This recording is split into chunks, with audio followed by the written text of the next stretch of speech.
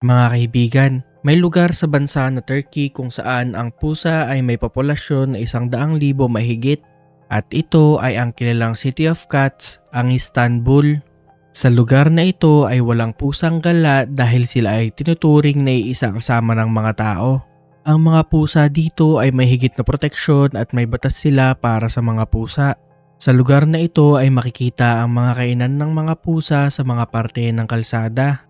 At hindi lang yan mga kaibigan, maski ang mga maliliit na tahanan ng pusa ay makikita lang din sa paligid.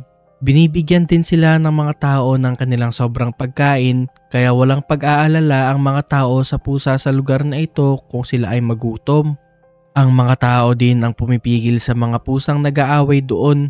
Naniniwala ang mga tao doon na kapag hindi mo kayang mahalin ang pusa ay hindi mo rin kaya magmahal ng tao.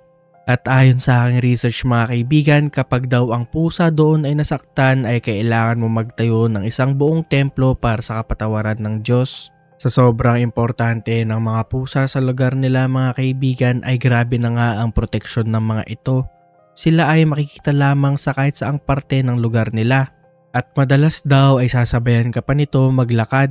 Sila ay hindi takot sa mga tao. Ang mga pusa dito ay pwedeng pumunta sa kahit saang lugar nila gusto.